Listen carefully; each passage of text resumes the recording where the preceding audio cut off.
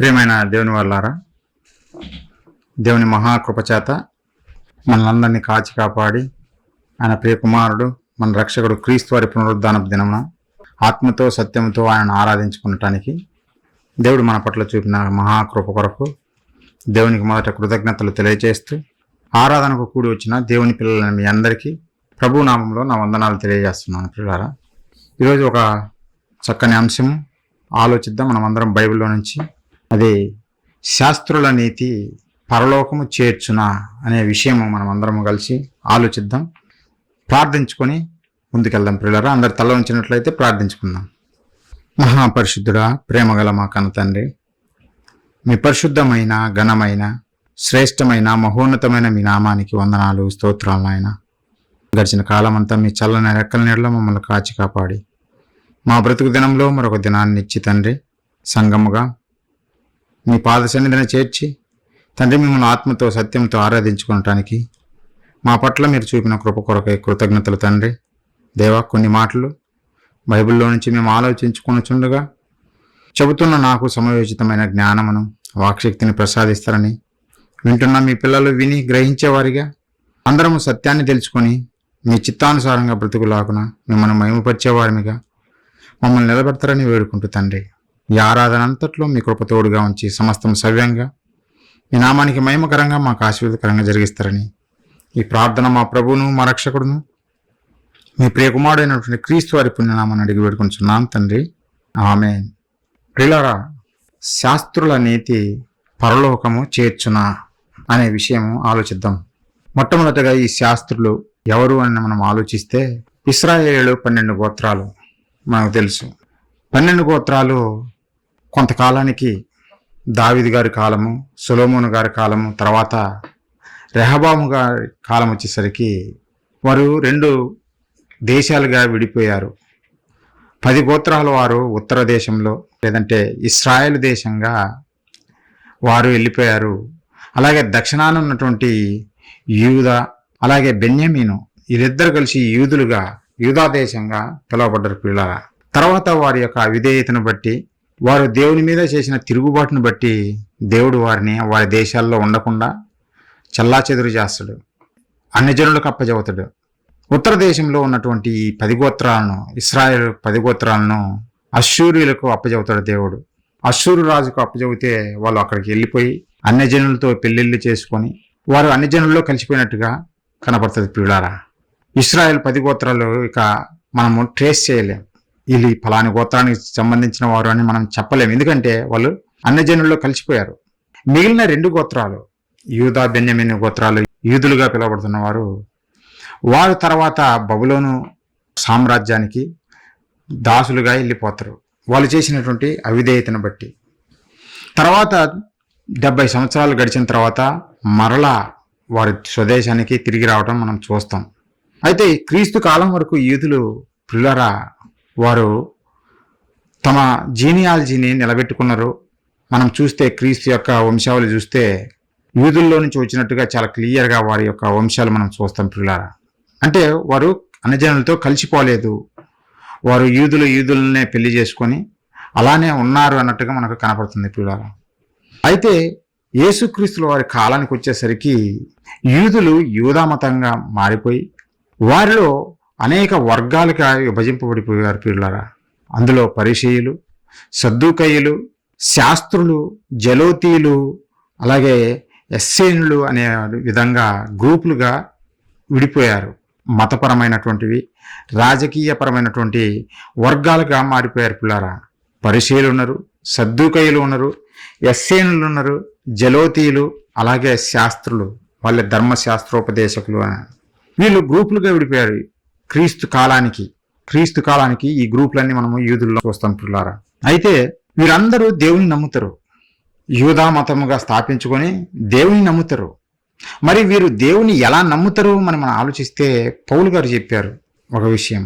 నీతి అంటే ఏమిటి మొట్టమొదటిగా మనం చూసి వీరు దేవుని ఎలా నమ్ముతారో మనం చూద్దాం. పిల్లరా నీతి అంటే దేవుని నమ్మటమే నీతి. అబ్రహాము దేవుని నమ్మెను రోమిలకు రాసిన పత్రికలో మనం చూస్తే 4వ అధ్యాయం 3వ వచనంలో ఉంటుంది. అబ్రహాము దేవుని నమ్మెను, అది అతనికి నీతిగా ఎంచబడినది అని ఉంటుంది. అంటే దేవుని నమ్మటమే నీతి అని బైబిల్ చెబుతుంది ప్రియులారా. అయితే శాస్త్రులు, పరిసయ్యులు, సద్దూకయ్యులు, జలోతీయులు వీళ్ళందరూ దేవుని నమ్మే వాళ్ళే. దేవుని నమ్మినా మరి వీరి నమ్మిక ఎలా ఉంటుంది అని చూస్తే ప్రియులారా, పరిసయ్యులు వారు పునరుత్థానం ఉంది అంటే మరణించిన మనిషి తిరిగి లేస్తాడు అనేది నమ్ముతారు పరిసయ్యులు. అలాగే దేవదూతలు ఉన్నాయని నమ్ముతారు పరిసయ్యులు ప్రియులారా. సద్దూకయ్యులు వచ్చేసరికి వాళ్ళు దేవదూతలను నమ్మరు, అలాగే మరణించిన మనిషి తిరిగి లేవడు అని నమ్ముతారు ప్రియులారా. మరణించిన మనిషి తిరిగి లేవడు అని నమ్ముతారు, అంటే మనిషికి పునరుత్థానం లేదు అని నమ్ముతారు వాళ్ళు సద్దూకయ్యులు. పరిసయ్యులు పునరుత్థానం ఉందని నమ్ముతారు. అలాగే ఎస్సేనులు అనే కొంతమంది గ్రూపుగా ఉన్నారు పిల్లరా. వాళ్ళు ఏం చేస్తారంటే ఆ యూదులలో జరుగుతున్నటువంటి ఆచారాలను చూసి అవి తట్టుకోలేక, అవి భరించలేక ఆ దేశానికి దూరంగా ఎడారి ప్రాంతంలోకి వెళ్ళి ఆ ప్రజలకు దూరంగా బ్రతుకుతూ మెస్సయ్య కొరకు అంటే క్రీస్తు కొరకు ఎదురు చూస్తున్నటువంటి తెగ పిల్లరా ఎస్సేనులు అంటారు. వారు క్రీస్తు కొరకు ఎదురు చూస్తున్నటువంటి వారు. క్రీస్తు వచ్చినా కానీ వాళ్ళు ఎదురు చూపుల్లోనే ఉన్నారు. వాళ్ళది ఎలా అంటే ఈ లోక సంబంధమైనటువంటి రాజ్యాన్ని మెస్సయ్య స్థాపిస్తాడు అని భ్రమలో ఉన్నారు కనుకనే క్రీస్తు వచ్చినా వారు ఇంకా ఎదురు చూస్తూనే ఉన్నారు. వాళ్ళు దాచిపెట్టినటువంటి ప్రతులే స్క్రోల్స్ అంటారు, అవి దొరికావి. వాటిని బేస్ చేసుకుని మనము బైబిల్ ఈరోజు మనకు వచ్చేసింది పిల్లరా. అంటే ఈ ఎస్సేనులు దాచిపెట్టినటువంటి ప్రతులే మనకు దొరికాయి. అవి మనకి ఈరోజు బైబిల్గా గ్రంథస్థం చేయబడింది. వీళ్ళు ఒక రకంగా స్ట్రిక్ట్గా దేవుడి ధర్మశాస్త్రం ఫాలో అయ్యేదిగానే కనపడతారు, కానీ ఇంకా వారు క్రీస్తును తెలుసుకుని వారుగానే ఉన్నారు పిల్లరా. వారు ఎస్సేనులు. మరి జలోతీయులు అని అంటారు. జలోతీయులు వీళ్ళు ఎవరంటే మత సంబంధమైనటువంటి మతభక్తి, దేశభక్తి కలిగినటువంటి వారు, మత ఛాందస్వాదుల్లాగా ఉన్నటువంటి వారు. ఎలా అంటే జలోతి అనబడినటువంటి సీమోను అని చెప్పబడింది. యేసుక్రీస్తుల వారి శిష్యులలో జలోతి అనబడినటువంటి సీమోను అని చెప్పబడింది. మతాభిమాని. జలోతి అంటే మతాభిమాని అని ఉంటుంది బైబిల్లో పిల్లారా. అంటే వీళ్ళు రోమీలకు విరోధంగా, రోమీలు మా దేశాన్ని పాలించకుండా మేమే మా దేశాన్ని పరిపాలించుకోవాలి అని ఉద్దేశంతో వారి మీద తిరుగుబాటు చేసేటువంటి జనాంగము యూదులలో ఉన్నటువంటి గ్రూపులు జలోతీయులు పిల్లారా. అందులో నుంచి వచ్చిన ఒక శిష్యుడు, యేసుక్రీస్తుల వారి శిష్యుడు జలోతి అనబడినటువంటి సీమోను పిల్లారా. శాస్త్రులుగా పిలువబడుతున్న వారు కూడా ఉన్నారు. వారు ధర్మశాస్త్రాన్ని బోధించేవారు. ప్రజలకు ధర్మశాస్త్రాన్ని బోధించేటువంటి వారిని శాస్త్రులు అని చదువుతారు పిల్లారా. ఇలా వివిధ గ్రూపులుగా ఆ రోజు క్రీస్తు కాలానికి యూదులు విడిపోయి ఉన్నారు. అందులో మనం చూసినాం. అందుకంటే ఈ టైటిల్ పెట్టింది శాస్త్రుల నీతి పరలోకము చేర్చునా. అంటే వీరందరూ శాస్త్రులైనా సరే, పరిశీలైనా సరే, జలోతీలైనా సరే, ఎస్సేనులైనా సరే, వీరందరూ దేవుని నమ్ముతారు. సద్దూకయ్యులైనా సరే, వీరు నీతి, వీరు నమ్మినట్టుగా మనం దేవుని నమ్మితే మనం పరలోకం చేరుతామా అనేది ప్రశ్న ప్రియులారా. మనం బైబిల్లో నుంచి ఆలోచిద్దాం ఒక్కొక్కటిగా. వీరు తెగలేంతో మీకు తెలియజేశా. పరిచర్యల్లో నుంచి వచ్చినటువంటి అపోస్తులైన పౌలు గారు మనకు తెలుసు. అతడు పరిచర్యల తెగకు సంబంధించిన వాడు. అలాగే జలోతి అనబడిన సీమోను జలోతీయులు మతాభిమాని. అతను మతాభిమాని, రోమీల మీద తిరుగుబాటు చేసినటువంటి గ్రూపుల్లో నుంచి వచ్చినటువంటి వాడు పిల్లరా. అది తర్వాత వారు మారారు. అంతకు ముందులాగా వారు లేరు. తర్వాత వారు మారారు. క్రీస్తు చెప్పిన బోధల ప్రకారమే జీవించారు. ఇప్పుడు వీరు ఎలా నమ్ముతున్నారు అని చూస్తే పౌలు గారు చెప్పారు పిల్లరా. వీరి నమ్మిక దేవుని పట్ల ఎలా ఉంది, వీరి నీతి ఎలా ఉంది అని మనం ఆలోచిస్తే పౌలు గారి ద్వారా తెలియజేశాడు. రోమీలకు రాసిన పత్రిక 10వ అధ్యాయం మనం చూడగలిగితే మొదటి నుంచి చదువుతా చూడండి ఒకసారి. సహోదరులారా, ఇశ్రాయేలీయులు రక్షణ పొందవలనని నా హృదయాభిలాషయు వారి విషయమై నేను దేవునికి చేయు ప్రార్థన అయి ఉన్నది అని చెబుతూ, వారు దేవుని యందు ఆసక్తి గలవారని వారిని గూర్చి సాక్ష్యం ఇచ్చుచున్నాను. వారు దేవుని యందు ఆసక్తి కలిగిన వారే, దేవుని నమ్మేవారే. అయినను వారి ఆసక్తి జ్ఞానానుసారమైనది కాదు. వారికి ఉన్నటువంటి ఆసక్తి జ్ఞానానుసారమైనది కాదు, దేవుని జ్ఞానానుసారమైనది కాదు అని అంటుండు. మరి ఇంకెలాంటిదంటే, ఏలైనగా వారు దేవుని నీతిని ఎరుగక తమ స్వనీతిని స్థాపింపబూనుకొనుచు దేవుని నీతికి లోబడలేదు. వారి గురించి చెబుతూ ప్రియులారా, వారు దేవుని నీతికి లోబడలేదు. మరి ఎవరి నీతికి లోబడిపోయారు? వారికంటూ ఒక స్వనీతి ఉంది. వారికంటూ ఒక స్వనీతిని స్థాపించుకున్నారు, దాన్ని ఫాలో అవుతున్నారు. కానీ దేవుడు ఏం చెప్పాడు, ఆయనని ఎలా నమ్మాలి అనేది వీళ్ళు ఫాలో అవటం లేదు ప్రియులారా. అదే పౌలు గారు బాధపడుతూ చెబుతున్నాడు. ఆ రోజు ప్రకటిస్తున్న క్రమంలో ఈ యూదులను చూసి వారిని ఏ విధంగానైనా సరే రక్షించాలని నిజంగా ప్రయాసతో కష్టపడుతూ వారిని గురించి తెలుసుకొని ఆయన చెబుతున్న మాటలు ప్రియులారా. వారు దేవుని యందు ఆసక్తి గలవారే, కానీ వారి ఆసక్తి దేవుని వాక్యానుసారమైనటువంటిది కాదు, దేవుని జ్ఞానానుసారమైనటువంటి నీతి కాదు, లోక సంబంధమైనటువంటి నీతి. వారి నీతి వేరు, వారి యొక్క స్వనీతిని స్థాపించబోనుకున్నారు అంటుండు. వారి స్వనీతిని స్థాపించి దేవుని నీతిని పక్కన పెట్టేశారు. ఇలాంటి వారి నీతి మనల్ని పరలోకం చేర్చుతుందా? మరి వీరి నీతిలో ఎలా ఉంది అని మనం చూస్తే ప్రియులారా, ఒక్కొక్కటిగా మనం ఆలోచిద్దాం. దేవుడు బైబిల్లో రాయించాడు వారు ఎలాంటి వారు, వారి స్వనీతి ఎలాంటిది, దేవుని వాక్యానికి ఎలా విరోధంగా ఉంది అనేది మనకు రాయించాడు దేవుడు. ఒక్కొక్కటిగా ఆలోచిద్దాం ప్రియులారా. శాస్త్ర నీతి ఎలాంటిది అంటే, ఒకసారి మత్తయి సువార్త 23 ప్రియులారా, 23 అధ్యాయము 1వ వచనం నుంచి నేను చదువుతా చూడండి.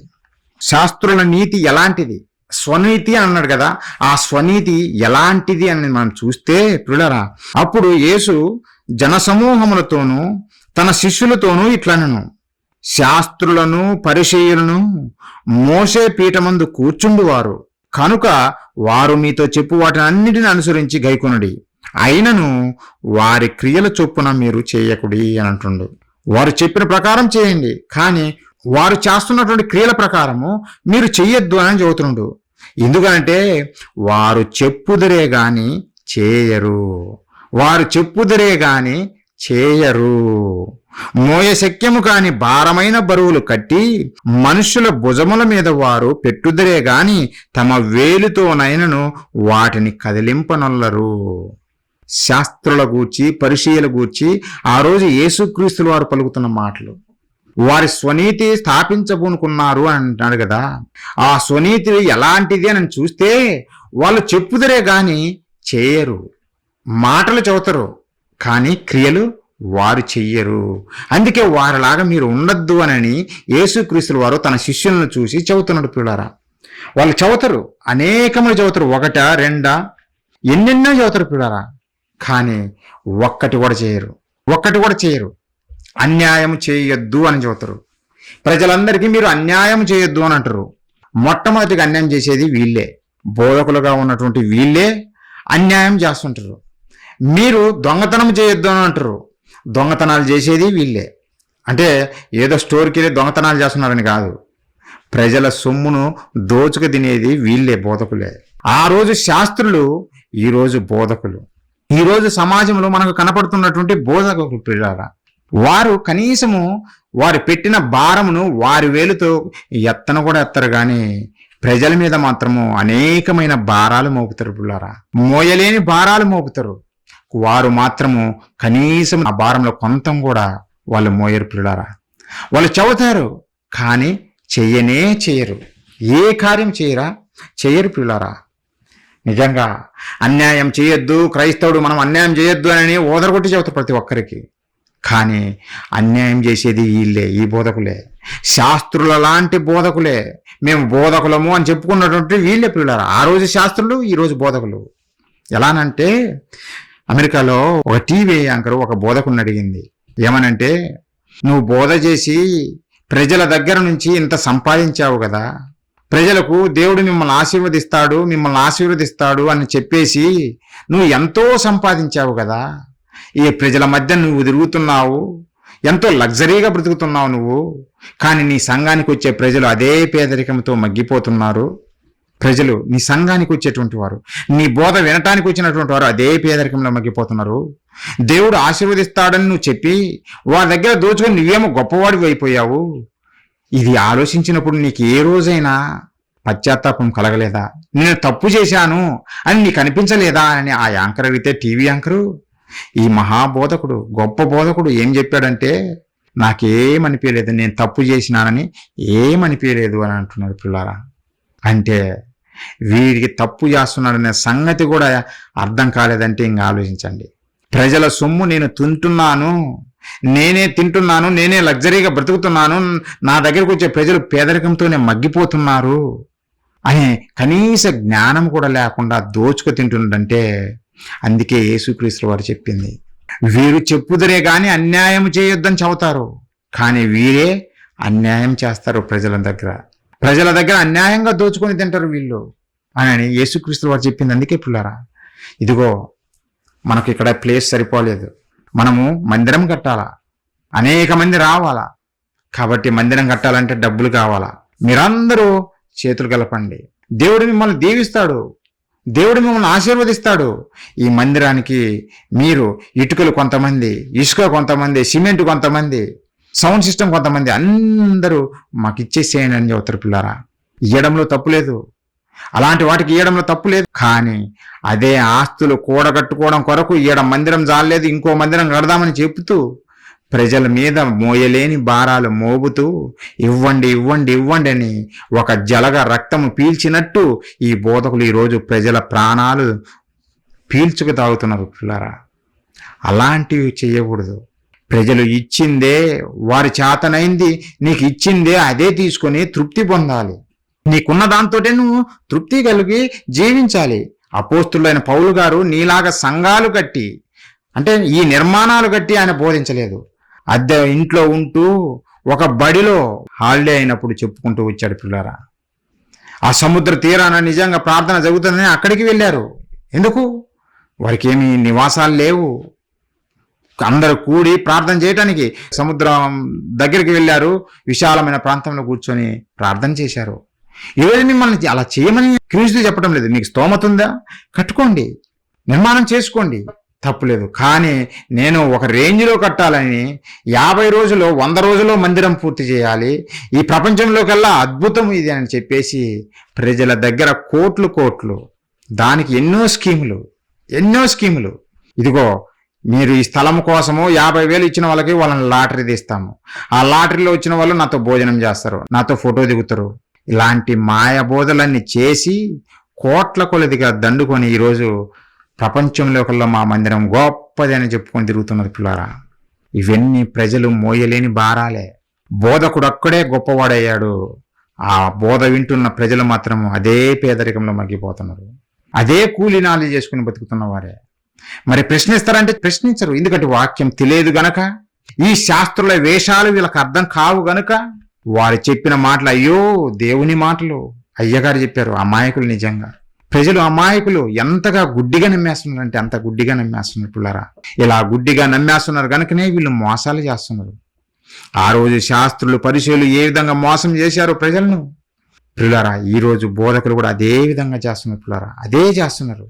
అందుకే యేసుక్రీస్తు వారు అంటున్నారు, వాళ్ళు చెప్పుదురే గాని చెయ్యరనన్నా, వారు కనీసం వారి బరువు ఎత్తరు. ప్రారంభంలో వీళ్ళు బోధకులు వాళ్ళ వాస్తులు చూస్తే ఏమీ ఉండవు.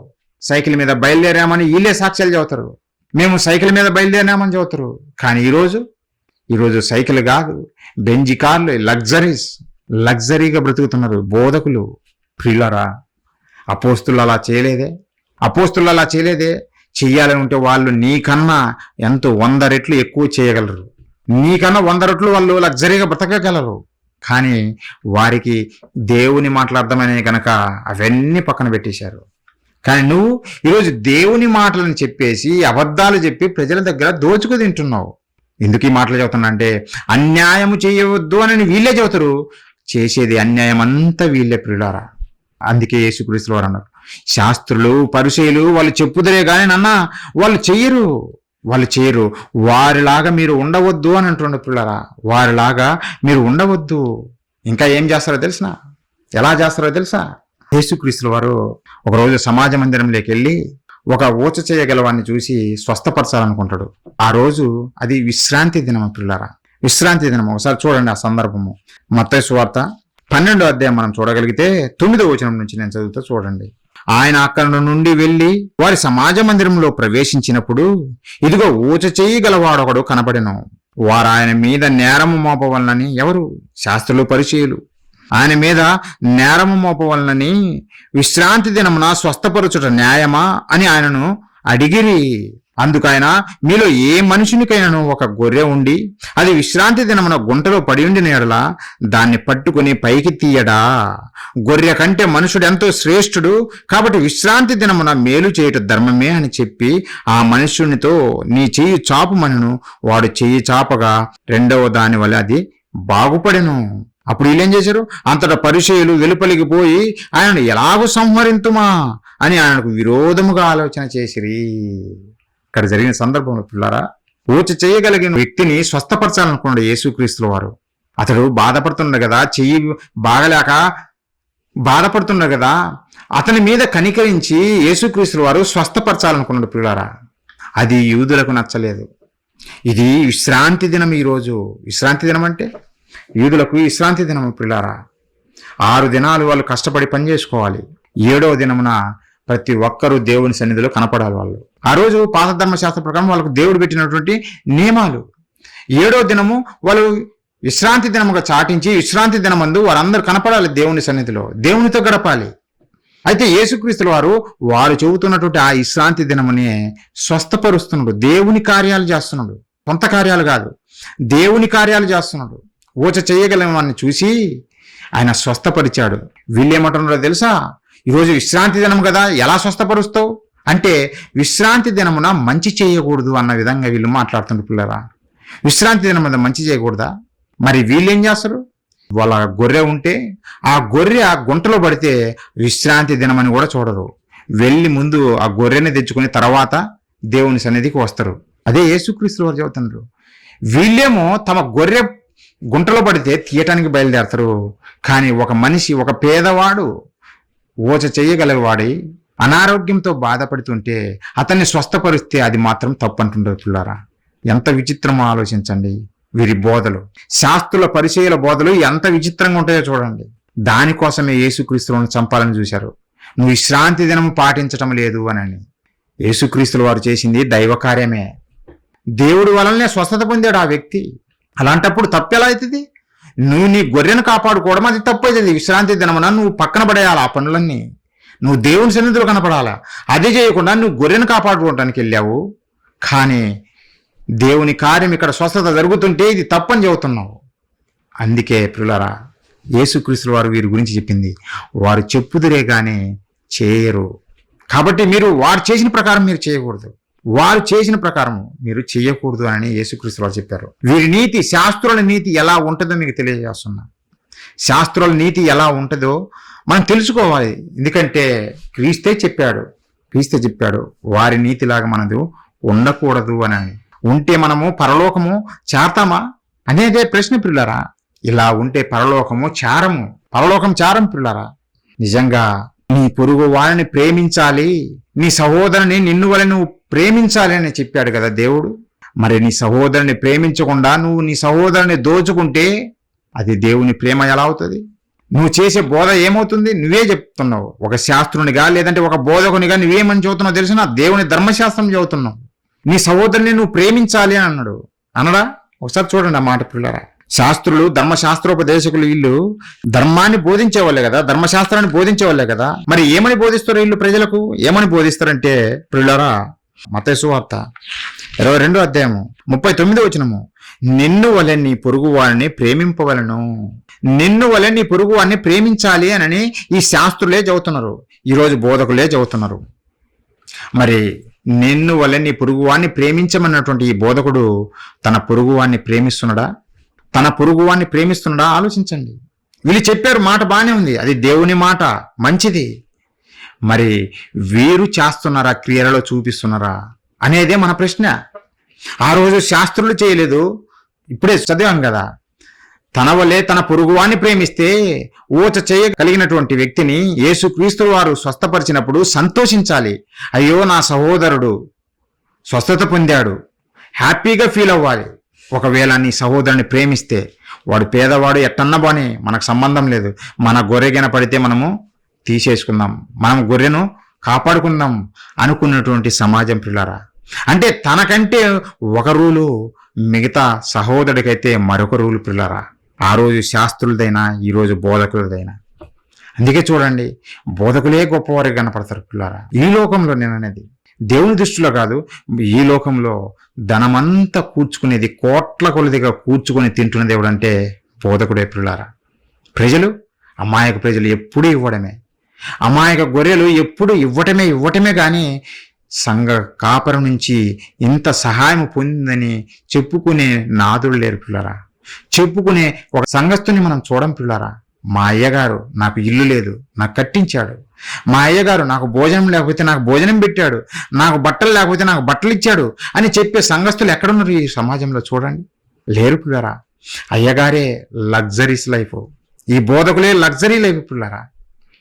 నిన్ను వలే నీ పొరుగువాన్ని ప్రేమించు అని చెప్పినటువంటి నీవు నీ సంఘానికి వస్తున్నటువంటి, నీ బోధ వినటానికి వస్తున్నటువంటి ఒక పేదవాడిని చూసినప్పుడు ఆ పేదవాడి అవసరాలను నీ తీర్చవా? తీర్చాలి పిల్లరా. వీళ్ళు తీర్చటం లేదు గనకనే యేసుక్రీస్తులు వారు చెప్పారు, వారు చెప్పుదురే గాని చేయరు.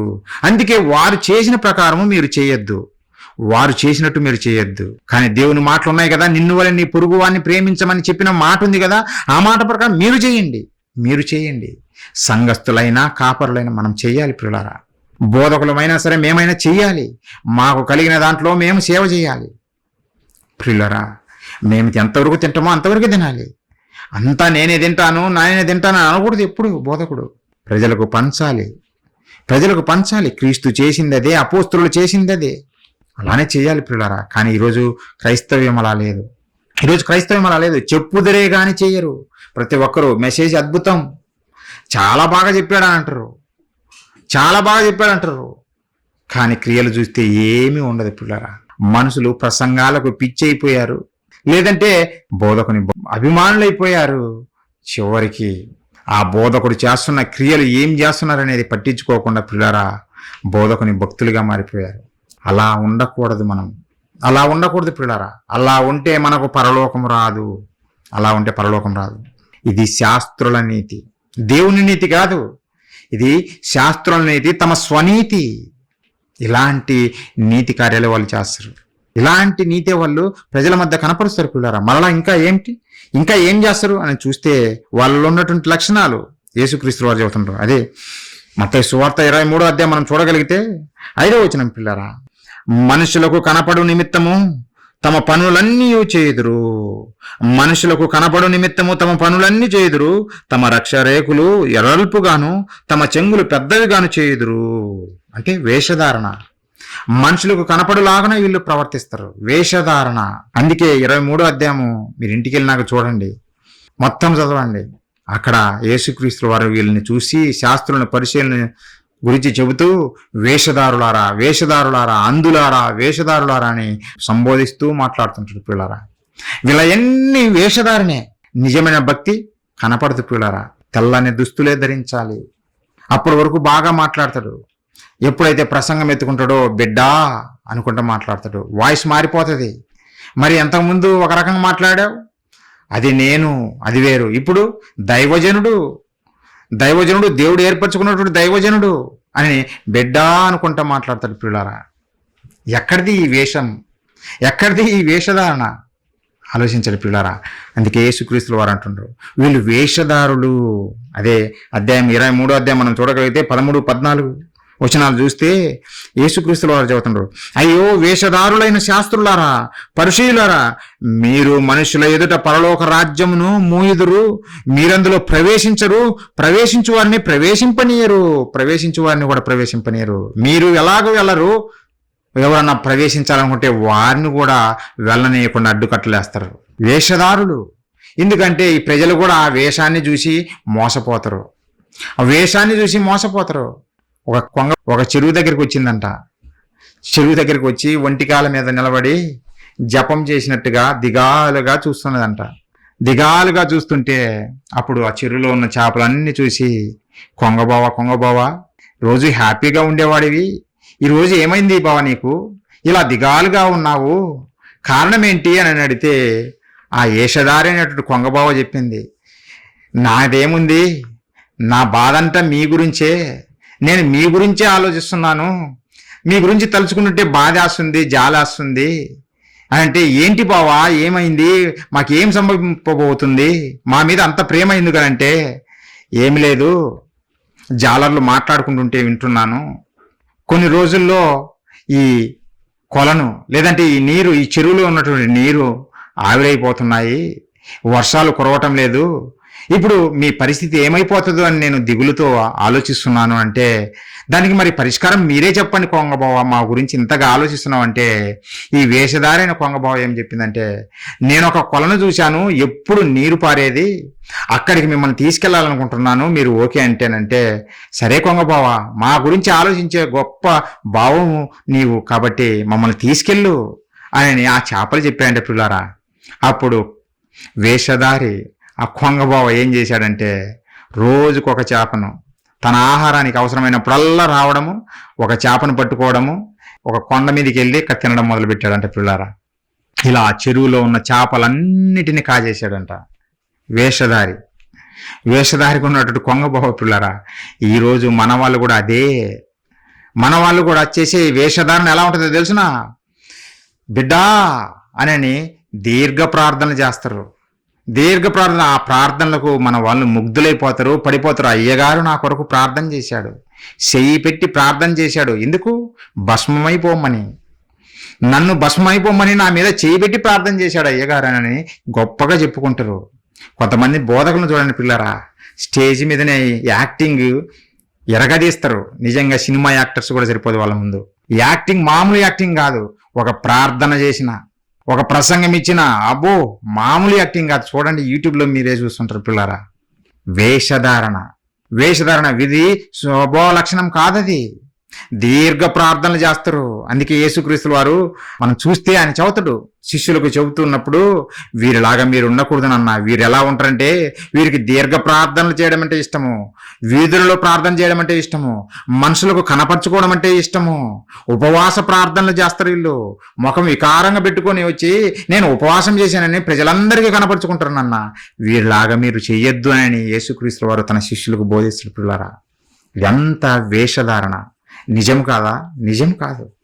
ప్రజలకు కనపడాల్సిన పని లేదు, కానీ వీళ్ళు ప్రజలకు కనపరుచుకుంటారు. ఎందుకంటే ఆ అయ్యగారు ఎంత గొప్ప భక్తుడు. ఈ మధ్య ఒక న్యూస్ విన్నా, వాళ్ళుండి ఈ బోధకుడు దోచుకుంటుండు ప్రజల దగ్గర అని వాళ్ళు మంచి సజెషన్ చెబితే, ఆ భక్తుడు దేవునికి భక్తుడు కాదు, బోధకునికి భక్తుడు ఏమంటున్నాడంటే, నిజంగా దేవుడికి నా బోధకునికి తోడు లేకపోతే అంతమంది జనాలు ఎలా వెళ్ళిపోతారు అని ఈ భక్తుడు మనకు రిప్లై చేస్తుండే పిల్లారా. ఎంత విచిత్రం అంటే, అయ్యగారి వేషధారణ చూసి మోసపోవడమేనా? మోసపోవడమే. గొర్రెలలో వివేచన లేదు, ఆలోచన లేదు, అందుకే మోసపోతున్న పిల్లారా. వారి వేషధారణను పసిగట్టాలి. వేషధారణ ఉండకూడదు దేవుని దగ్గర. శాస్త్రులు, పరిచయులు ఆ రోజు వేషధారణ సమాజ మందిరాలలోకి వచ్చి నాగల్ని మేము బోధకులము అన్నట్టుగా కనపరుచుకుంటూ తిరుగుతారు. అదే విధంగా ఈరోజు మనం చూస్తూనే ఉంటాం. ఈ బోధకులను చూస్తుంటే మేము బోధకులం అన్నట్టుగానే తిరుగుతుంటారు పిల్లారా. ఎక్కడొచ్చింది చూసినా వీళ్ళు అలా కనపడతానే ఉంటారు. వీళ్ళు బోధకులు. ఎలా? వారి బోధన బట్టి కాదు, వారి వేషధారణ బట్టి, వారి యొక్క వేషధారణ బట్టి. అలా ఉండకూడదు. ఇది శాస్త్రుల నీతి అంటుంది పిల్లారా.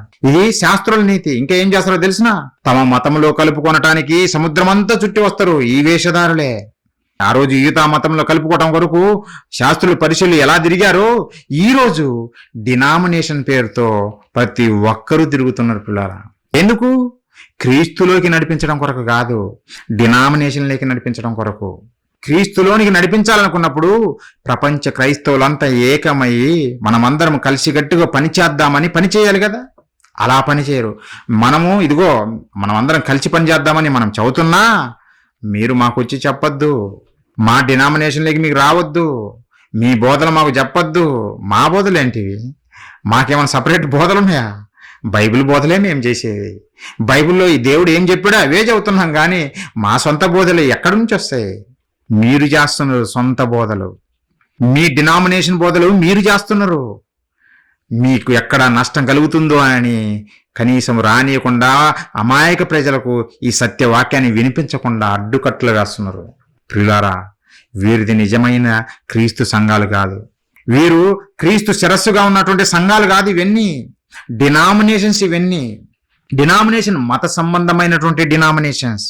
ఇవి మతము అని అన్నారు. అందుకే క్రైస్తవ్యం మతం అని ఇలాంటి వారిని చూసే క్రైస్తవ్యము మార్గము అని బైబిల్ చెప్పింది. క్రీస్తుని వెంబడిస్తే అది మార్గము అని చెప్పింది. కానీ వీళ్ళు డినామినేషన్స్ పెట్టి ఒక మతములాగా చేసి పడేశారు పిల్లారా. నా డినామినేషన్ వేరు, నా బోధ వేరు, నీ డినామినేషన్ వేరు. పిల్లారా, నీ విశ్వాసం నీదే, నా విశ్వాసం నాదే అని పిల్లారా ఈ విధంగా బోధ జరిగిస్తున్నారు వీళ్ళు. ఎన్ని వేషధారణలతో కూడుకున్నటువంటి బోధలు పిల్లారా. మోసపోకూడదు, ప్రజలను మేల్కొల్పాలని మనం ఇవన్నీ తెలియజేస్తున్నాము. ఈ వాస్తవాలన్నీ ప్రజల ముందు పెడుతున్నాము. కొంతమంది అయినా మాత్రం, కొంతమంది అయినా తెలుసుకొని ఈ కొంగ బావల్లాంటి వేషధారుల చేతిలో పడిపోకుండా రక్షింపబడతారని. లేదంటే మింగేస్తాడు ఆ చేపను. ఇలా గురించే చెప్పింది దేవుడు ప్రవక్త ద్వారా. వీరు కొవ్విన గొర్రెలను తింటారు అని చెప్పింది ఊరికే కాదు. ఈ లోకంలో ఒక కథ చెప్పారు, కొంగబావ కథ చెప్పారు, చేపలను మింగేసిందని. ఈ బోధకుల నుంచి వాస్తవమే, ఈ బోధకుల గురించి దేవుడే చెప్పాడు. వీరు కొవ్విన గొర్రెలను తినేస్తారు అని. కొవ్విన గొర్రెలను తినేస్తారు. ఎప్పుడు తెలుస్తుంది బాబు నీకంటే నీకు సత్యంత వరకు నీకు తెలియదు. నువ్వు అదే మత్తులో ఉంటావు, అయ్యగారు మత్తులోనే ఉంటావు. నువ్వు ఆ మత్తులో నుంచి బయటపడు. వాడు యాక్టింగ్ చేసేది డినామినేషన్ కోసం పనిచేస్తున్నటువంటి వాడు, క్రీస్తు కొరకు పనిచేస్తున్నటువంటి వారు కాదు వీళ్ళు. ప్రియులారా, క్రీస్తును శిరస్సుగా పెట్టుకుని ఏ సంఘం అయితే పనిచేస్తుందో అదే నిజమైన దేవుని సంఘము. అక్కడనే దేవుని కార్యాలు కనపడతాయి. అక్కడనే సహోదరుని గౌరవించడం ఉంటుంది, సహోదరుని ప్రేమించడం ఉంటుంది, సహోదరుని దోచుకోవడం ఉండదు అక్కడ. ఆలోచించండి. కాబట్టి ఈ శాస్త్రం నీతి ఎలాంటిదో తెలిసిన వేషధారణతో కూడినటువంటిది. మరొకటి ఏముంది వీళ్ళలో అని చూస్తే పిల్లరా, ఈ వేషధారుల్లో ఈ శాస్త్రుల నీతి, వారి స్వనీతిలో మరొక లక్షణం ఏంటిదంటే మత్తయి సువార్త 23:6-7 విందులలో అగ్రస్థానములను, సమాజ మందిరములు అగ్రపీఠములను, సంత వీధులలో వందనములను మనుషుల చేత బోధకులమని పిలువబడుటయు కోరుదురు. ఇలాంటి వారు విందులలో అగ్రస్థానాలు అంటే వీరే గొప్పవారిగా కనపరుచుకుంటారు. మేమే గొప్పవారిమి అన్న విధంగా వీళ్ళు కనపరుచుకుంటారు. వీళ్ళు గొప్పవారిని కనపరుచుకుంటారు. అవును, హెచ్చించుకుంటారు, తమను తాము హెచ్చించుకుంటారు. అందుకే యేసుక్రీస్తుల వారు ఒక విషయం తెలియజేశాడు. ఒక పరిసయ్యుడు అలాగే ఒక సుంకరి వాళ్ళిద్దరు ప్రార్థన చేయడానికి పోతే వారిద్దరు ప్రార్థనలో తేడా తెలియజేస్తుండే యేసుక్రీస్తుల వారు. పరిసయ్యుడు ఏ విధంగా తను హెచ్చించుకుంటున్నాడో, సుంకరి అంటే ఆ రోజు యూదులు వీళ్ళు పాపులు అని ముద్ర వేసినటువంటి ఒక సుంకరి ఏ విధంగా ప్రార్థన చేస్తున్నాడో యేసుక్రీస్తు వాళ్ళు తెలియజేశారు. ఎందుకంటే ఈ పరిసయ్యులు, శాస్త్రులు వీళ్ళు తమను తాము హెచ్చించుకునేవారు, ప్రజల మీద తమను తాము హెచ్చించుకునేవారు. చూడండి ఆ సందర్భం చూడండి. ఈ పరిసయ్యుడు తనను తాను ఎలా హెచ్చించుకుంటుండో మనకు అర్థమవుతుంది. ఇక్కడ లోక సువార్త 18వ అధ్యాయం మనం చూడగలిగితే పిల్లారా 9వ వచనం నుంచి నేను చదువుతున్నా చూడండి. తామే నీతిమంతులమని తమ్ము నమ్ముకొని ఇతరులను తృణీకరించు కొందరితో ఆయన ఈ ఉపమానం చెప్పెను. ప్రార్థన చేయుటకై 2 మనుషులు దేవాలయంకు వెళ్ళిరి.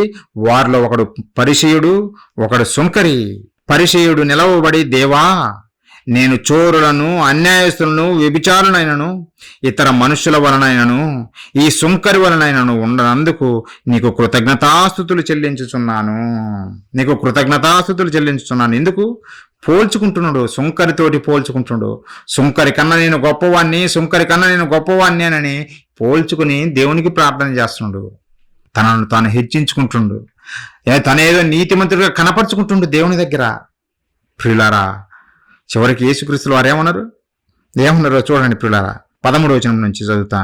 అయితే సుంకరి దూరముగా నిలవచుండి ఆకాశం వైపు కన్నులెత్తుటకైనను ధైర్యము చాలక రొమ్ము కొట్టుకొనుచు, దేవా, పాపినైన నన్ను కరుణించుమని పలికెను. అతని కంటే ఇతడు నీతిమంతుడుగా తీర్చబడి తన ఇంటికి వెళ్ళానని మీతో చెప్పుచున్నాను. తన్ను తాను హెచ్చించుకుని వాడు తగ్గింపబడుననియు, తన్ను తాను తగ్గించుకుని వాడు హెచ్చింపబడునని చెప్పాను. ఈ పరిసయ్యుడు ఏం చేశాడో తెలుసునా? తన్ను తాను హెచ్చించుకున్నాడు. సుంకరిని చూసి తృణీకరించాడు. యేసుక్రీస్తుల వారు జక్కయ్య ఇంటికి వెళ్తాడు. సుంకరి కదా, జక్కయ్య కూడా సుంకరే. సుంకరి ఇంటికి వెళ్తే ఆ రోజు ఉన్నటువంటి యూదులు ఏమన్నారో తెలిసిన? చూడు, ఇతను పాపి ఇంటికి వెళ్తున్నాడు, పాపులతోటి స్నేహం చేస్తున్నాడు అని నెపం మోపారు ఆయన మీద. అంటే వీళ్ళు తృణీకరిస్తున్నారు పిల్లారా. ఈరోజు కూడా కొంతమంది బోధకులు ఏమని చేస్తున్నారో తెలిసిన? వీళ్ళు మల్లెపూలు పెట్టుకోవడానికి బజారు స్త్రీలు కాదు అని బోధ చేశారు పిల్లారా. చాలా ఘోరమైన బోధ. అంటే సంఘానికి నువ్వు వెళ్తున్నంత మాత్రాన మిగతా వారిని అంత ఘోరంగా నువ్వు తృణీకరించి మాట్లాడాలనా? ఒకరోజు నువ్వు కూడా అక్కడ నుంచే కదా వచ్చింది. నువ్వు ప్రేమించి వారిని దేవుని వైపు నడిపించాల్సింది పోయి అది పక్కన పెట్టేసి మేము సంఘానికి వచ్చే వాళ్ళం పవిత్రులము పరిశుద్ధులము అని కనపరుచుకుంటూ ప్రజల మధ్య రాని వారు మాత్రము వారు బజారు స్త్రీలు అన్న విధంగా చాలా ఘోరంగా మాట్లాడారు పిల్లారా. ఇది కాదా తమను తాము హెచ్చించుకోవడం అంటే? ఈరోజు మరొక అక్క బయలుదేరింది, నేను school topper, intermediate topper, college topper, జాబ్లో టాపర్. జాబ్లో ఎలా టాపరు? నాకు మౌసు పట్టుకోవడమే రాదు, దేవుడు చెప్పాడు నాకు అలా తిప్పు, అలా నొక్కు, ఇలా నొక్కు అని చెబితే ఆ ప్రోగ్రాము సక్సెస్ అయిపోయింది అని చెప్పిన అక్కనే నేను అన్నిట్లలో టాపరు, ఈరోజు అన్నిటిని విడిచిపెట్టుకొని నేను దేవుని సేవనికి వచ్చానని చెబుతుంది. పిల్లరా, ఇవే ప్రజల మధ్య గొప్పలు చెప్పుకుంటూ, ప్రజల మధ్య తాము ఏదో గొప్పవారు నీతిమంతులమని చెప్పుకుంటూ పిల్లారా దేవుని ఆజ్ఞలను తృణీకరిస్తున్నటువంటి సమాజం ఈరోజు బోధకులు. పిల్లారా, ఈరోజు బోధకుల పరిస్థితి అదే. ఆనాడు శాస్త్రులు పరిచయులు ఏ విధంగా ఉన్నారో ఈ రోజు బోధకులకు అనేక మంది బోధకులు ఇలానే ఉన్నారు పిల్లారా, ఇలానే ఉన్నారు.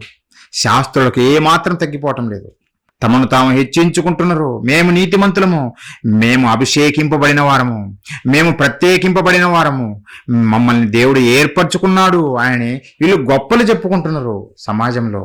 నిజంగా దేవుడు వీరిని అయినా ఏర్పరచుకున్నది? దేవుడు వీరిని అయినా పిలిచింది? మిగతా వారిని పిలవలేదా? ప్రియులారా, మిగతా వారికి వాక్యం తెలియదు గనక వీళ్ళు ఏది చెబితే అదే వింటారు, అదే ఫాలో అవుతారు. నిజంగా మనం చూద్దాం బైబిల్లో, దేవుడు వీరిని అయినా పిలిచింది, ఇంకెవరిని పిలవలేదా, ఎవరిని పిలుచుకోలేదా అని చూస్తే తెస్సలోనికీయులకు రాసినటువంటి 2వ పత్రిక 2వ అధ్యాయము 14 వచ్చిన పిల్లారా, మీరిలాగున రక్షింపబడి మన ప్రభువైన యేసుక్రీస్తు యొక్క మహిమను పొందవలనని ఆయన మా సువార్త వలన మిమ్మును పిలిచెను, మా సువార్త వలన మిమ్మును పిలిచెను అని ఆ రోజు తెస్సలోనికలో ఉన్నటువంటి ప్రజలకు తెలియజేస్తున్నాడు ఈ విషయము. ఈరోజు మనందరినీ పిలిచాడు యేసుక్రీస్తుల వారు, సువార్త వలన ప్రతి ఒక్కరిని పిలిచాడు కాబట్టి మనం వచ్చాము సంఘానికి. కానీ వీళ్ళు మాత్రం లేదు, దేవుడు మమ్మల్ని పిలిచాడు, ఇదిగో పలాని ప్రాంతానికి వెళ్ళు, విజయవాడకి వెళ్ళు, అక్కడ సంపద బాగా వస్తుంది, హైదరాబాద్కి వెళ్ళు, అక్కడ కూడా బాగానే వ్యాపారం జరుగుతుంది, మమ్మల్ని పిలిచాడు దేవుడు, దర్శనంలో కనిపించి మాకు చెప్పాడు అని ఇలా గొప్పలు చెప్పుకుంటారు పిల్లరా. అబద్ధాలు, ఇవన్నీ అబద్ధాలు. కానీ తమను తాము ప్రత్యేకపరుచుకుంటారు ప్రజల మధ్యలో నుంచి. వీళ్ళనైనా దేవుడు ఏర్పరచుకున్నది, దేవుడు వీళ్ళనైనా పిలిచింది కాదు పిల్లారా. దేవుడు ఇంకో మంచి మాట చెప్పాడు చూడండి, మన గురించే, ఈ దొంగ బోధకుల గురించి కాదు, మన గురించి ఎంత మంచి మాట చెప్పాడో చూడండి. పేతురు గారు రాసినటువంటి మొదటి పత్రిక పిల్లారా 2వ అధ్యాయము 9వ వచనము, అయితే మనము పిల్లారా క్రీస్తు దగ్గరికి వచ్చినటువంటి మనందరినీ చూసి ఆయన చెబుతున్న మాటలు, మీరు చీకటిలో నుండి, ఒకప్పుడు చీకటిలో ఉన్నారు, లోకంలో ఉన్నారు, ఆ చీకటిలో నుండి ఆశ్చర్యకరమైన తన వెలుగులోనికి మిమ్మును పిలిచిన వాణ్ణి, మమ్మల్ని పిలిచాడా? మనల్ని పిలిచాడు. మిమ్మును పిలిచిన వాని గుణాతిశయములను ప్రచురం చేయము నిమిత్తమును ఏర్పరచబడిన వంశము. ఏర్పరచుకున్నాడా దేవుడు? మనల్ని ఏర్పరచుకున్నాడు పిల్లారా. మనల్ని పిలిచాడు, మనల్ని ఏర్పరచుకున్నాడు తన కొరకు. మరి వీరేంటి మమ్మల్నే దేవుడు ఏర్పరచుకున్నాడని ఇలా బోధలు చేసుకుంటూ తిరుగుతున్నారు. ఇవే అబద్ధ బోధలు పిల్లారా. అందుకే చూడండి ప్రజలు ఎవ్వరు స్టేజీల మీద ఉండరు. వీరి కుటుంబము, వీరి చిన్నపిల్లలకు సహా స్టేజ్ మీద ఉంటారు. అన్ని వాళ్ళ స్టోరీలే. మా చిన్నమ్మాయి ఇలా పలుకుతుంది, మా పెద్దమ్మాయి ఇలా చదువుతాడు, మా పెద్దవాడు ఇలా మాట్లాడతాడు. ఇవే కథలు తప్ప దేవుని గూర్చిన 4 మాటలు చెప్పి ప్రజలను బలపరుద్దాము, గొర్రెలను బలపరుద్దాము, వారిని సత్య మార్గంలో నడిపిద్దామనే బోధకుడు ఎక్కడ ఉన్నాడు చెప్పండి పిల్లారా. అలాంటి బోధకులు ఎక్కడ ఉన్నారు? కరువు అయ్యారు. అక్కడక్కడ కనపరుస్తారు మనకు. అక్కడక్కడ కొంతమంది, ఎక్కువ మంది పిల్లారా వారి స్వలాభం కోసం బ్రతుకుతున్న వారు తమను తాము హెచ్చించుకొని ప్రజలను తృణీకరిస్తూ దేవుని ప్రజల మీద తమను హెచ్చించుకున్నటువంటి వారు పిల్లారా. వీళ్ళందరూ ఇలా ఉండకూడదని చెబుతుంది.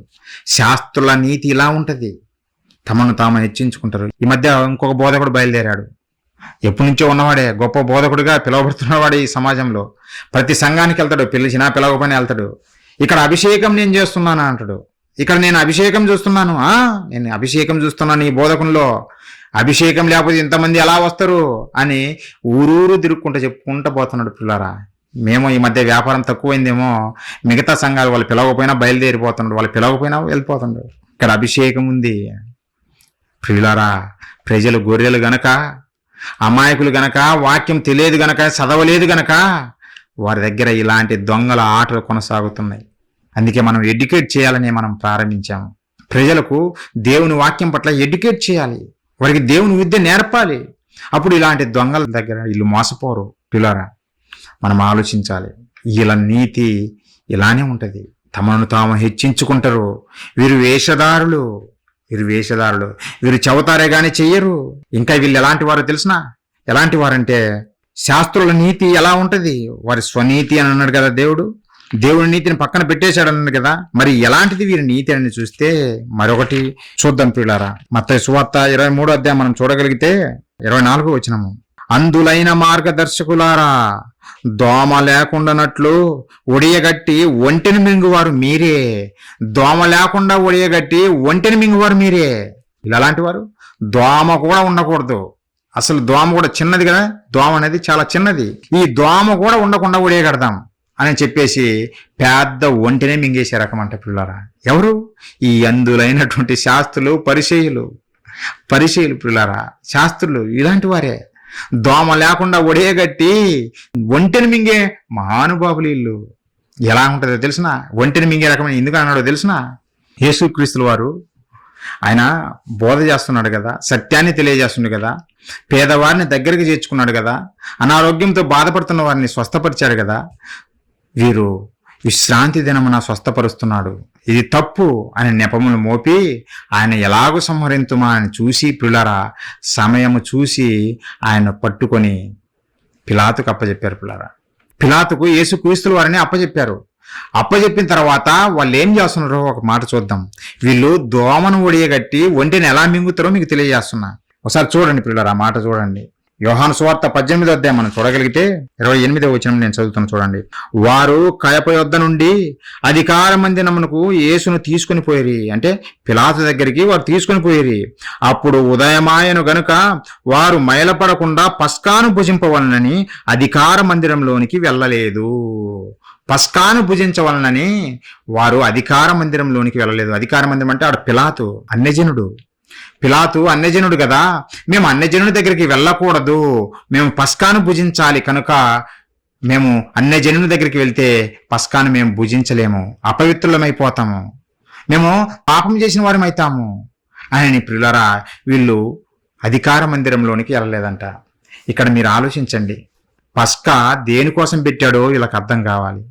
దేవుడు ఆయన చేసిన గొప్ప కార్యంను బట్టి ఆ పస్కా బలి పశువు లేదంటే ఆ పస్కా పండుగ వాళ్ళకి తెలియజేశాడు, ఆచరించమని చెప్పాడు. పిల్లారా, పస్కాను ఆచరించమని చెప్పాడు. కానీ వీళ్ళు ఏం చేశారో తెలిసిన? మేము అన్యజనుల దగ్గరికి పోతే పస్కా తినలేము కాబట్టి మేము అపవిత్రులమైపోతాము, పాపులమైపోతాము అనుకుంటున్నారే గాని పవిత్రుడు, పరిశుద్ధుడు, నీతిమంతుడైనటువంటి యేసుక్రీస్తుల వారిని చంపుతున్నారని సంగతి మరిచిపోయారు. పిల్లారా, ఇప్పుడు చంపడం అనేది ఎంత నేరము? నువ్వు పస్కా తింటేనే నీకు అపవిత్రమైపోతుందంటే దేనికోసం పెట్టాడు ఇవన్నీ? నువ్వు పవిత్రునిగా బ్రతకాలనే కదా, నువ్వు పరిశుద్ధునిగా బ్రతకాలనే కదా. అది మరిచిపోయి చంపటానికి బయలుదేరారు. పిల్లారా, యేసుక్రీస్తుల వారిని చంపటానికి బయలుదేరారు. ఆలోచించండి. అంటే దోమ చిన్నది. పస్కాను నువ్వు అన్యజనుల దగ్గరికి పోతే నువ్వు పస్కాను తింటే పాపము, అపవిత్రుడు అవుతాననేది ఆజ్ఞ ఎందుకు పెట్టాడో ఆలోచించకుండా ఏదో ఆచారమే ప్రధానం అనుకున్నట్టుగా పిల్లరా అది చేయకపోతే పెద్ద తప్పన్నట్టుగా చేసి చివరికి యేసుక్రీస్తుల వారిని చంపటానికి చూశారు. అంటే దోమను ఒడియగట్టి ఒంటిని మింగడం అంటే ఇదే ప్రియులారా. ఇది నరహత్య అనేది పెద్ద నేరమేనా కాదా? నరహత్య పెద్ద నేరమా కాదా? నేరమే. కానీ వీళ్ళేంది పెద్ద నేరమేమనుకున్నారంటే మనము అన్యజనుల్ని ఇంటి దగ్గరికి పోతే మనం అది పెద్ద నేరం అన్నట్టుగా వీళ్ళు ఫీల్ అయిపోతున్నారు. పిల్లరా, వీళ్ళ నీతి ఎలాంటిదో చెబుతున్నా. వీళ్ళ నీతి దేవుడు చెప్పాడు. వీళ్ళు దోమను ఒడియగట్టి ఒంటెని మింగువారు. ఇలా అన్నీ ఇలాంటివే పిల్లారా. వీళ్ళ ఆచారాలన్నీ ఇలాంటివే. ఆ విశ్రాంతి దినమున బాగుపరిస్తే, స్వస్థపరిస్తే మేలే కదా, అది తప్పంటారు. విశ్రాంతి దినము నువ్వు ఏమి చేయకూడదు అంటారు. విశ్రాంతి దినమున నీ సొంత పనులు చేయకూడదు, దేవుని కార్యాలు చేయొద్దని చెప్పాడా దేవుడు? లేదే. కానీ పిల్లారా వీళ్ళు ఇలాంటి ఆచార్యాలే పాటిస్తారు. అందుకే యేసుక్రీస్తుల వారు వీరి గురించి చెబుతూ వీళ్ళు ఎలాంటి వారు అని చెబుతూ ఈ శాస్త్రులు, పరిచయులు, ఈ రోజు బోధకులు ఎలాంటి వారు అని చెబితే పిల్లారా మార్కు సువార్త 7వ అధ్యాయము 6వ వచనం నుంచి నేను చదువుతున్నా చూడండి. ఈ ప్రజలు పెదవులతో నన్ను గణపరచుదురు కానీ వారి హృదయం నాకు దూరంగా ఉన్నది. అంటే ఇదే వేషధారణ. పెదవులతో గణపరుస్తారు, వర్షంలో అబ్బా ఏమి ఆరాధించారు, ఇది హైలైట్ అని బోధకుడే చెప్పుకుంటున్నాడు. వర్షంలో ఆరాధించాం చూడండి మేము, ఇది చాలా హైలైట్ అని గొప్పగా చెప్పుకుంటున్నాడు. ప్రియులారా, దేవుడు చెబుతున్నాడు, పెదవులతో గణపరచుతురు గాని వారి హృదయం నాకు దూరముగా ఉన్నది. ఎందుకనంటే వారు మానవులు కల్పించిన పద్ధతులు దేవోపదేశములను బోధించుచు నన్ను వ్యర్థముగా ఆరాధించుదురు అని వ్రాయబడినట్టు వేషధారులైనటువంటి మిమ్మల్ని గూర్చి యెషయా ప్రవచించినది సరే. మీరు వేషధారులు అంటుండ్రు. అందుకే మీరు మనుషులు పెట్టినటువంటి ఆచారాలు పాటిస్తున్నారు కానీ నా ఆజ్ఞలను బొత్తిగా మరిచిపోయారు. 8వ వచనము, మీరు దేవుని ఆజ్ఞను విడిచిపెట్టి మనుషుల పారంపర్యాచారమును గైకొనుచున్నారు, మరియు మీరు మీ పారంపర్యాచారము గైకొనుటకు దేవుని ఆజ్ఞను బొత్తిగా నిరాకరించెదరు. దేవుని ఆజ్ఞను బొత్తిగా నిరాకరించెదరు. నిన్ను వలె నీ పొరుగు వారిని ప్రేమించుము అని దేవుడు ఆజ్ఞ ఇచ్చాడు కదా, ఆ ఆజ్ఞను మర్చిపోయాయి వీళ్ళు దోచుక తింటున్నారు. ఇదే వీరి ఆచారాలు, వీరికి నీతి. ఇది దేవుని నీతికి ఏమాత్రం సరిపడదు. దేవుని నీతి వేరు, వీరి నీతి వేరు. వీరి యొక్క స్వనీతిని ఆధారం చేసుకుని ఆచారాలు ఫాలో అవుతూ ప్రజలను దోచుకు తింటున్నటువంటి అబద్ధ బోధకులు పిల్లరా. ఆనాడు శాస్త్రులు, ఈరోజు బోధకులు. దేవుడు అందుకే బాధపడుతూ ఇవన్నీ మనకు తెలియజేశాడు, రాయించాడు. వీళ్ళు ఇలాంటి వారు నాన్న, వీళ్ళు మనుషుల మధ్య కనపరుచుకుంటారు, తమను తాము హెచ్చించుకుంటారు, ప్రజలను దోచుక తింటారు. వీరి నీతి ఇలాంటిది. కాబట్టి మీరేం చేయాలి? వీరి నీతి మీరు ఫాలో అవ్వకూడదు. వాళ్ళు చదువుతారే కానీ చెయ్యరు కనుక వారి క్రియల్లాగా మీరు ఉండకూడదు. మీరు ఎలా ఉండాలో తెలిసినా యేసుక్రీస్తుల వారు చెబుతున్నారు ఒక మంచి మాట. అది చూసి ముగించుకున్నాం. మత్తయి సువార్త ప్రియులారా 5వ అధ్యాయము 20వ వచనం ప్రియులారా, శాస్త్రుల నీతి కంటేను పరిసయ్యుల నీతి కంటేను మీ నీతి అధికము కాని యెడల మీరు పరలోక రాజ్యంలో ప్రవేశింపనేరని మీతో నిశ్చయముగా చెప్పుచున్నాను. మన నీతి ఎలా ఉండాలి? శాస్త్రుల నీతిలాగా ఉండకూడదు, వారి కంటే అధికముగా ఉండాలి. శాస్త్రుల నీతి కంటే అధికముగా ఉండాలి. అదే దేవుని నీతి. శాస్త్రుల నీతి కంటే అధికముగా మన నీతి ఉన్నప్పుడే మనము పరలోక రాజ్యంలో ప్రవేశిస్తాము. ఒకవేళ శాస్త్రుల నీతే ఫాలో అయితే, ఎవరైతే శాస్త్రుల నీతి ఫాలో అవుతారో వారి పరిస్థితి ఎలా ఉంటుందంటే, చివరిగా మాట చూద్దాం పిల్లరా. 23వ అధ్యాయము మత్తయి సువార్త 33వ వచనం పిల్లరా, సర్పములారా, సర్ప సంతానమా, నరక శిక్షను మీరేలాగు తప్పించుకుందురు, నరక శిక్షను మీరేలాగు తప్పించుకుందురు అని యేసుక్రీస్తు వారు చెబుతున్నారు. ఆ అధ్యాయంలో మొత్తం వేషధారులైనటువంటి శాస్త్రులారా, పరిశీలారా అని చెప్పుకుంటూ వస్తూ చివరిలో వాళ్ళ ముగింపు గురించి చెబుతున్నాడు. ఈ వేషధారులైనటువంటి శాస్త్రులు, పరిచయుల యొక్క ముగింపు ఎలా ఉంటుందో చెబుతున్నాడు. వారి నీతి వారికి తెచ్చిపెట్టేది ఏందో తెలిసిన నరక శిక్ష. నరక శిక్ష. సర్పములారా, సర్ప సంతానమా, నరక శిక్షను మీరు ఎలాగ తప్పించుకుందరు? మీరు తప్పించుకోలేరు. ఈరోజు ప్రజల మధ్య మేము గొప్ప బోధకులము, మా దగ్గర అంత ధనం ఉంది, దోచుకుతుంటున్నాము, మమ్మల్ని ఎవ్వరు ఏమనలేరు అని మీరు అనుకోవచ్చు. కానీ దేవుడు జడ్జిమెంట్ ఇస్తున్నాడు. మీరు ఆయన శిక్షల నుంచి ఏమాత్రం తప్పించుకోలేరు. నరక శిక్ష అది. నరకానికి పంపించబోతున్నాడు. శాస్త్రుల నీతి నరకానికి పంపిస్తుంది, పరలోకానికి పంపించదు పిల్లరా. అందుకే పరలోకం మనం వెళ్ళాలంటే శాస్త్రుల నీతి కంటే మన నీతి అధికముగా ఉండాలి అని యేసుక్రీస్తు వారు చెప్పింది. అందుకే శాస్త్రుల నీతి నరకానికి పంపుతుంది, దేవుని నీతి పరలోకానికి పంపుతుంది. మనము ఏ నీతి ఫాలో అవ్వాలనో దేవుడు చాలా క్లియర్గా చెప్పాడు. మనము దేవుని నీతిని ఫాలో అయితే దేవుని చెంతకు చేరుతాం. ఈ బోధకుల నీతి ఫాలో అవ్వకండి, వారిని చూసి నిజంగా మీరు ఫాలో అవ్వకండి. దేవుడు చెప్పిన మాటలను ఫాలో అవ్వండి, చాలు. పరలోకం మనకు దేవుడు ఇస్తాడు. కాబట్టి మనమందరము దేవుని నీతిని అనుసరించి ప్రతి ఒక్కరము బ్రతకాలని కోరుకుంటూ ఈ మాటలు ముగిస్తున్న పిల్లరా, చివరిగా ప్రార్థన చేసుకుందాం. అందరూ తల ఉంచినట్లయితే ప్రార్థించుకుందాం. మహాపరిశుద్ధుడా, ప్రేమగల మా కన్న తండ్రి, మీ పరిశుద్ధమైన, ఘనమైన, శ్రేష్టమైన, మహోన్నతమైన మీ నామానికి వందనాలు, స్తోత్రాలు తండ్రి. దేవా, ఈ ఆదివారపు దినమున మీ ప్రియకుమారుడు మా రక్షకుడు క్రీస్తు వారి పునరుద్ధానపు దినమున తండ్రి, కొన్ని మాటలు మా కొరకు రాయించినటువంటివి, మా బ్రతుకులకు అవసరమైనటువంటివి మీ మాటలు ధ్యానించుకోవటానికి మా పట్ల మీరు చూపిన కృప కొరకే కృతజ్ఞతలు తండ్రి. దేవా, శాస్త్రుల నీతి ప్రమాదకరమని, అదే నరక శిక్షలేకి నడిపించేదని మీ మాటల ద్వారా మేము తెలుసుకున్నాం నాయన. శాస్త్రుల నీతి కంటే మా నీతి అధికం కానియడలా తండ్రి, మేము మీ చెంతకు చేరమని మీ మాటలు మాకు తెలియజేశాయి. మేము నేర్చుకున్నాం నాయన. మేము శాస్త్రుల నీతి కంటే అధికముగా నీతి కనపరిచేవారిముగా, మీ నీతిని అనుసరించి జీవించేవారిముగా మమ్మల్ని అందరినీ దీవించండి. మేమందరం మీ కొరకు ఫలించేవారిగా నిలబెట్టండి. మాయ బోధల వైపు తిరగకుండా, అబద్ధాల వైపు వెళ్లకుండా, సత్యవాక్య ప్రకారము జీవిస్తూ ఆ సత్యాన్ని అనేక మందికి తెలియజేస్తూ నాయన మీ కొరకు ఉన్నతంగా భూమి మీద బ్రతుకులాగన మాలో ప్రతి ఒక్కరిని దీవించమని వేడుకుంటూ ఈ ప్రార్థన మా ప్రభువును మా రక్షకుడును మీ ప్రియకుమారుడైనటువంటి క్రీస్తు వారి పుణ్యనామాన్ని అడిగి వేడుకుంటున్నాము తండ్రి. ఆమేన్. ప్రియులారా, మీ అందరికీ ప్రభునామంలో వందనాలు తెలియజేస్తున్నాను.